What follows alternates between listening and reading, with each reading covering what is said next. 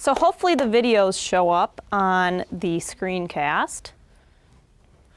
But this is more or less people in a formal exercise facility, just not even almost in the ballpark of how they should be doing things.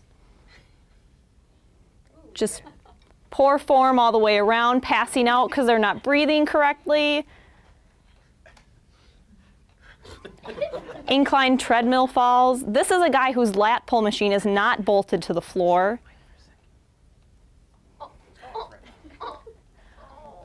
So obviously these people were failed in their physical education somewhere along the line. And regardless of where that happened, the outcome was the same. They're completely incapable of effectively participating in physical activity and safely without the guidance of a professional. So the ultimate goal of physical education isn't for students to be active for 45 or 55 or 94 minutes for one semester.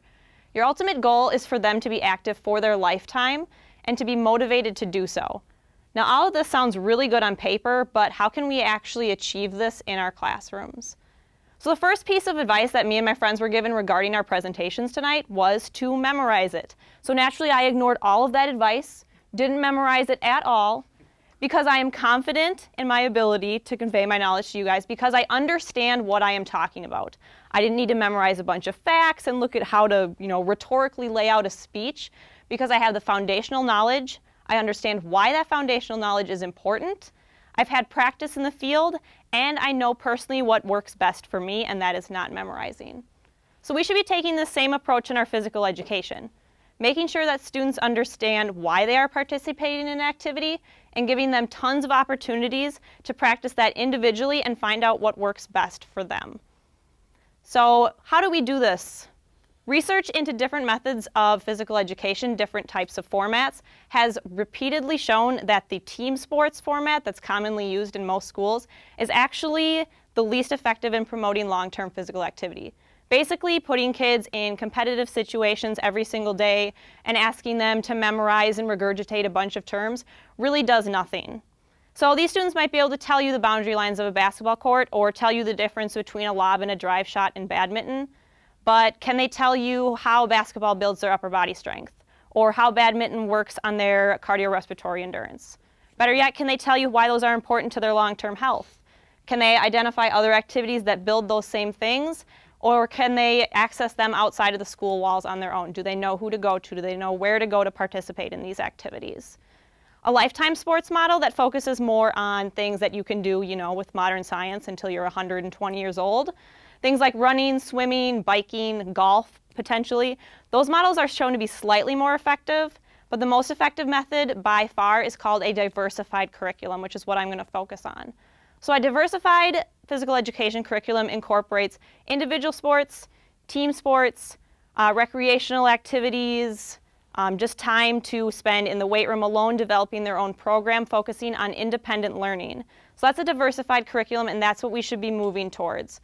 So what would a student in a diversified curriculum experience? One day they might be doing a high-intensity aerobic activity and tracking their heart rate and talking about the importance of the different training zones. The next day they might be outside on the tennis courts, and even though tennis isn't their favorite thing in the world, they can tell you why that agility is going to help them in basketball or football or soccer, and how it's going to help them build the core strength and balance that they need throughout their life. The next day might find them in a weight room, following a program that they wrote for themselves, looking at their individual needs, their strengths, where they want to improve, and helping them build the confidence to navigate a weight room on their own after high school. Another day might be a field trip to a local canoe launch or a community center or a bike trail, and showing kids activity options that they can pursue individually outside of the school walls. So essentially, diversified physical education answers the question, why are we doing this?